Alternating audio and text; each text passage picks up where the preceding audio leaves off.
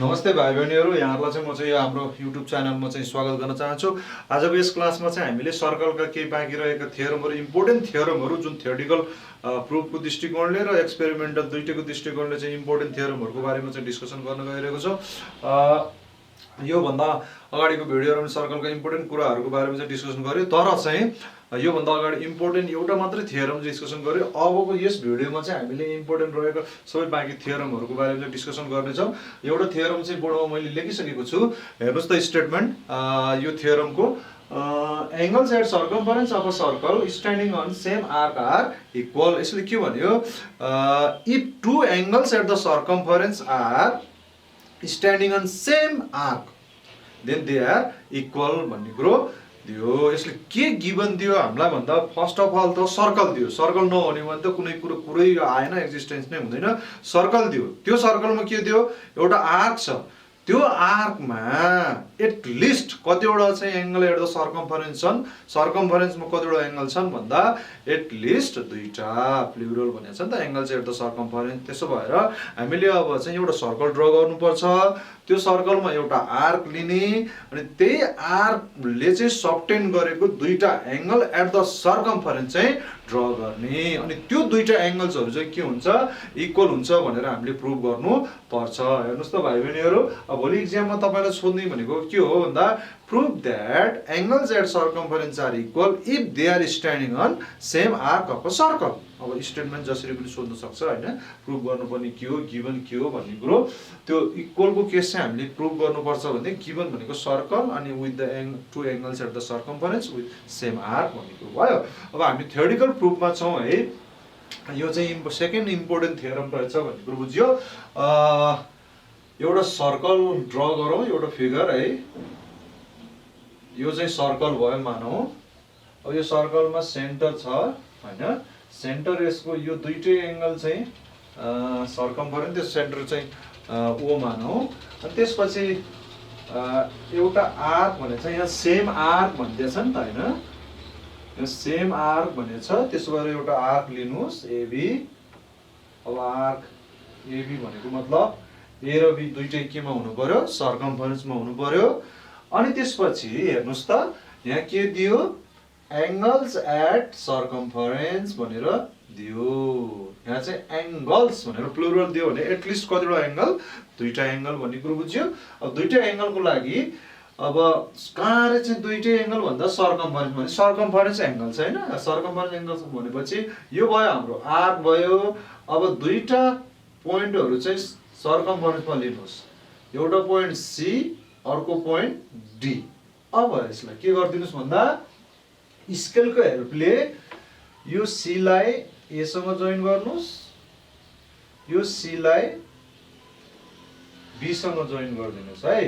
भनेपछि यो एङ्गल जुन छ सी, यसलाई के भनिन्छ, angle at circumference standing on arc AB. यसको अपोजिट आर्क भनेको एबी हो। यसलाई के भनिन्छ, arc AB subtends angle C at the circumference होइन। त्यसरी नै अर्को पोइन्ट डी, यो डीलाई पनि स्केलको हेल्प लिएर एसँग जोइन गर्नुहोस् अनि त्यसपछि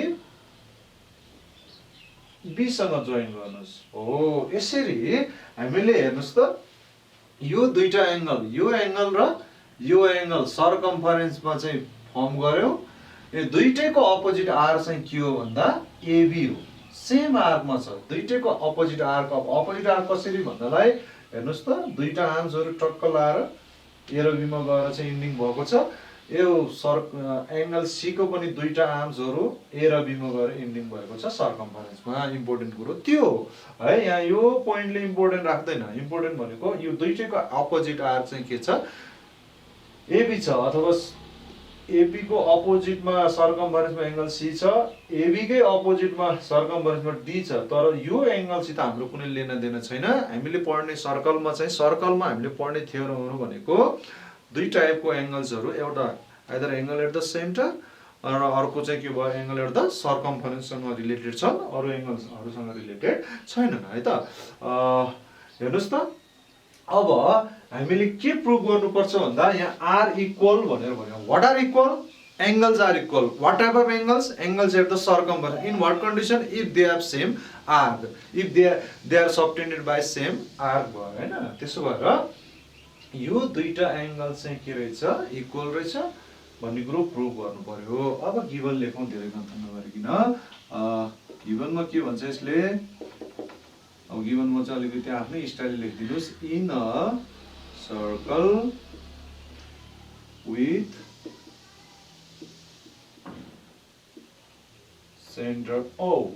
मैले के लेखेँ? In a circle with center O, angle ACB and angle ADB.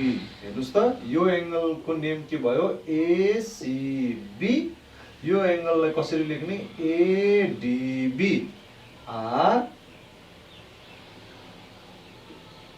angles at circumference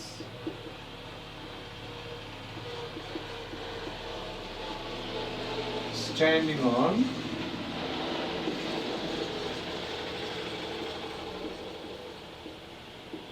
same arc AB.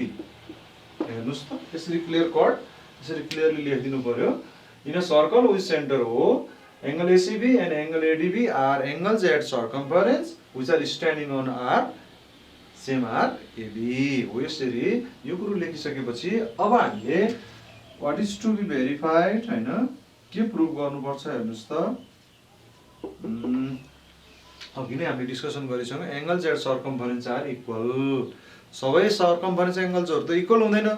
कस्तो टाइपको सर्कमफरेन्स एंगलहरु इक्वल हुन्छ? If they are standing on same arc. त्यो दुईटैको चाहिँ अपोजिट आर्क इक्वल भयो भने त्यो एंगलहरु इक्वल हुँदो रहेछ भन्ने कुरो प्रुभ गर्नु पर्यो है त. अब दुईटा एंगलहरु के हुन् भन्दा एउटा एंगल ACB अर्को एंगल के छ ADB.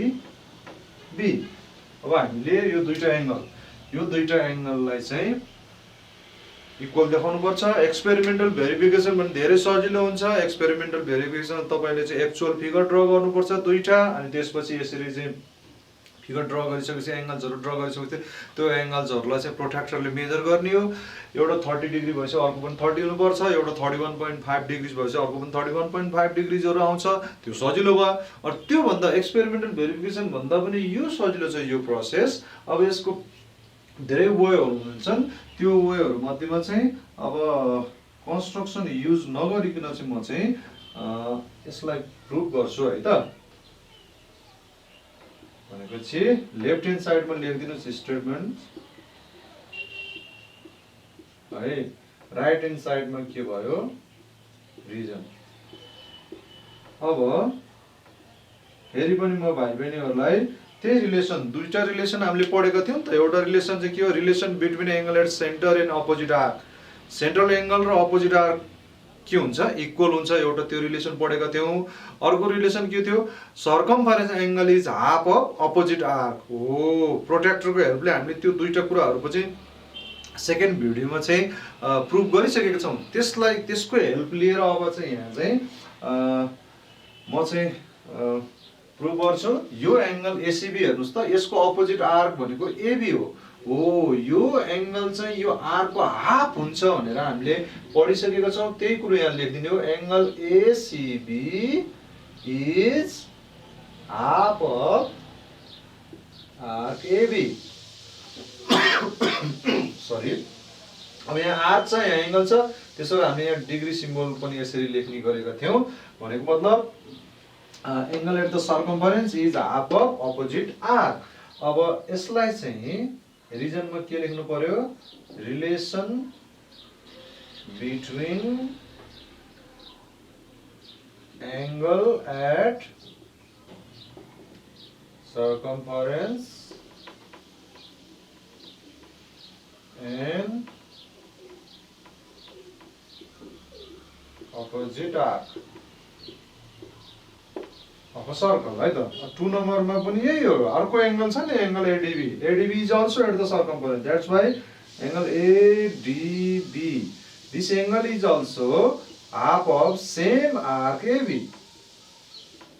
यसको पनि रिजन त्यही नै हो. यही रिजन यो चाहिँ 1 नम्बरलाई चाहिँ तपाईहरुले के गरिदिनुस् यहाँ चाहिँ कपी गरिदिनुस् है कपी चाहिँ गर्नुपर्छ यसरी चाहिँ ब्ल्याङ्क चाहिँ छोड्न पाइँदैन है यही 1 नम्बरको relation between angle and circumference and opposite arc लेखिदिनुस् अनि 3 नम्बरमा हेर्नुस् त अब यसले 1 र 2 त सफिसिएन्ट भयो नि अब हाम्रो यसको लागि हेर्नुस् त both of this angles are half of same arc हैन भनेपछि 1 र 2 बाट हामीले के लेख्न पाइयो भन्दा angle ACB is equal to angle ADB अब यसको रिजन चाहिँ के भयो फ्रम स्टेटमेन्ट 1 एन्ड 2 हो यसरी हेर्नुस् त कति सजिलो रहेछ यो थ्योरम भेरिफाई गर्नलाई यसलाई एक्सपेरिमेन्टली भेरिफाई गर्दाखेरि दुईटा फिगर ड्रा गर्नु पर्यो अनि त्यसपछि यी सबै कुराहरु मेजर गर्नु पर्यो लास्टमा चाहिँ कन्क्लुजन लेख्दा टाइम बढी खान सक्छ तर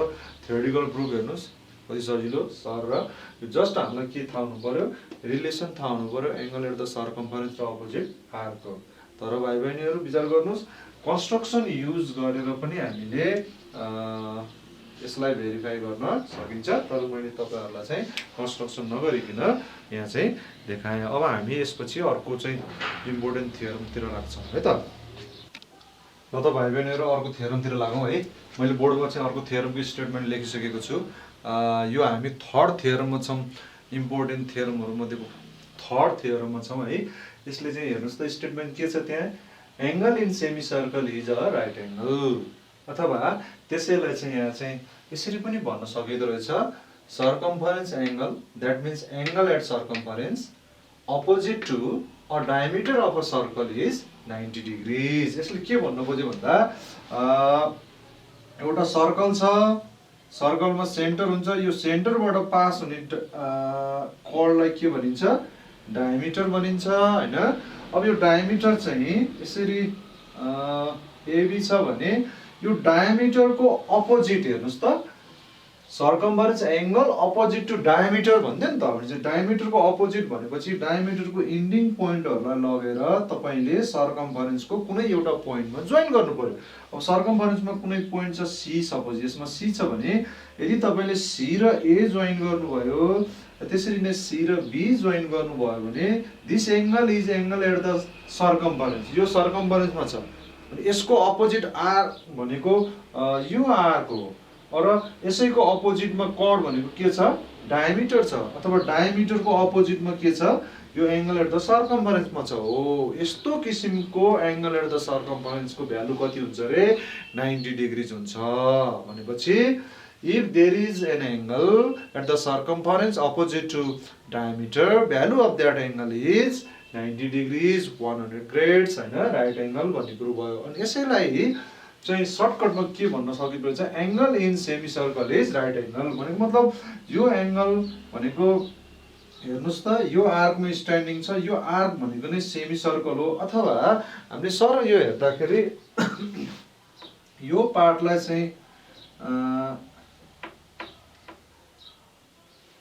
डिलिट गरिदिने हो भने तपाईको एबी त डायमिटर हो डायमिटर यो माथिको पार्ट चाहिँ के सेमी सर्कल छ अनि यो एंगल चाहिँ स्ट्यान्डिङ अन सेमी सर्कल अथवा सेमी सर्कलमा भनेपछि यो डायमिटर भयो डायमिटरको अपोजिट यो एंगललाई चाहिँ एंगल इन सेमी सर्कल भनिन्छ अनि यसको भ्यालु कति हुन्छ राइट एंगल हुन्छ राइट एंगलको मतलब 90 डिग्रीज हुन्छ भनेर प्रुभ गर्नु पर्यो अब यसैलाई हामीले एउटा फिगर बनाउँछौं किन भन्दा हामीले थ्योरिटिकली प्रुभ गर्छौं है एउटा फिगर बनाऊ एउटा सर्कल ड्रा गर्नुहोस् है अलिकति फिगर चाहिँ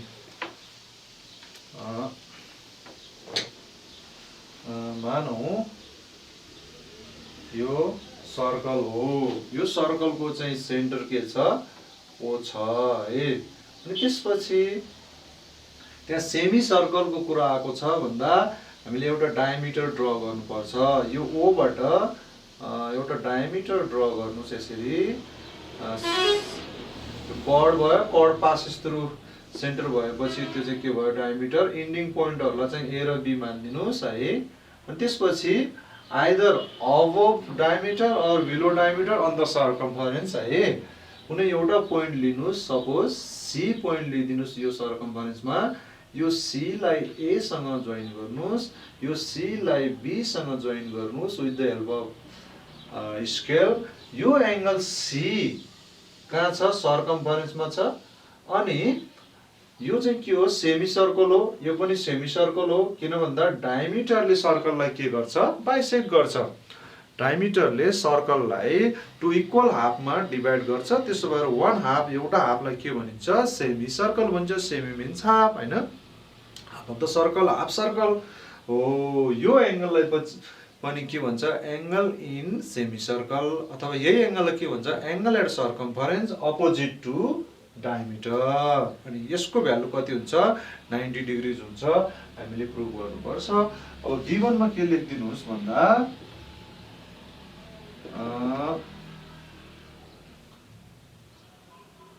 अब आफ्नो स्टाइल लेख्नु। मेन कुरो चाहिँ यो डायमिटर चाहिँ छुटाउनु भएन। अनि त्यसपछि एङ्गल है, अथवा angle ACB is angle at the circumference opposite to diameter अथवा सेमी सर्कल, तपाईँ जे पनि गर्न सक्नुहुन्छ है। In the circle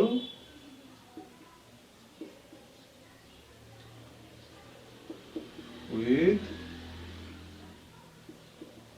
center at O, AB is a diameter, angle ACB is angle in semicircle.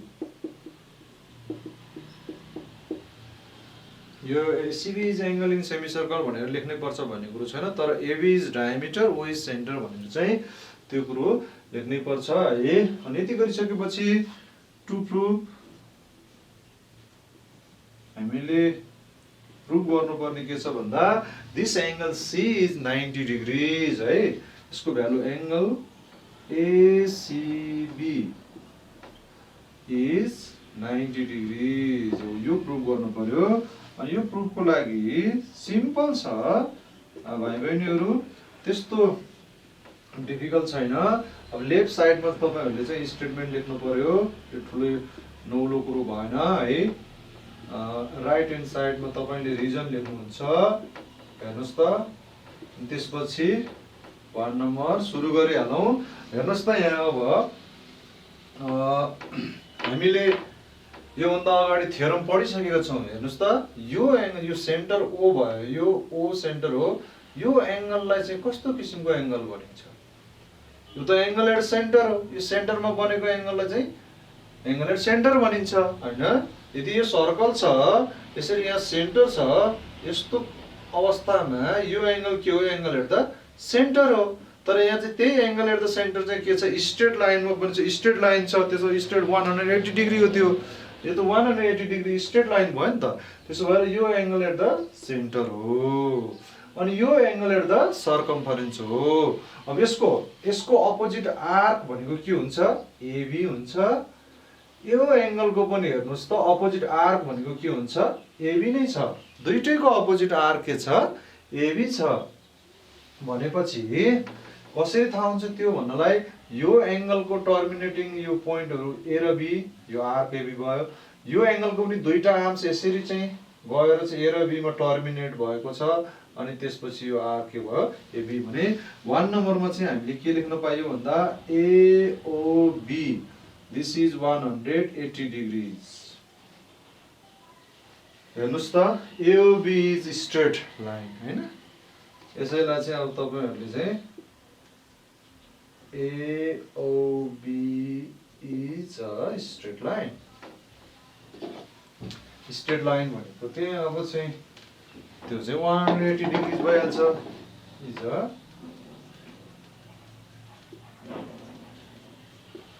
straiट line. अब स्ट्रेट लाइन भनेको त हामीले 180 डिग्री हुन्छ भनेर सानैदेखि पढेको हो हैन? अनि त्यसपछि 2 नम्बरमा चाहिँ अब हाम्रो त्यो थ्योरम थियो नि, angle at the centre is 2 times of angle at the circumference standing on same arc हो। त्यो चाहिँ एप्लाई गर्नुपर्ने भयो। यो एंगल चाहिँ यो एंगलको के हुन्छ? डबल हुन्छ। अथवा यो एंगल चाहिँ यो एंगलको के हुन्छ? हाफ हुन्छ। त्यो कुरो हामीले अगाडि प्रुभ गरिसक्यौं। त्यो थ्योरम हो, त्यो लेख्दियौं है त। Angle ACB, this angle is half of angle AOB. अब यसको रिजन के भयो? Angle at circumference. त्यो थ्योरमको स्टेटमेन्ट नै रिजन हुन्छ. Angle at circumference is half of angle at centre standing on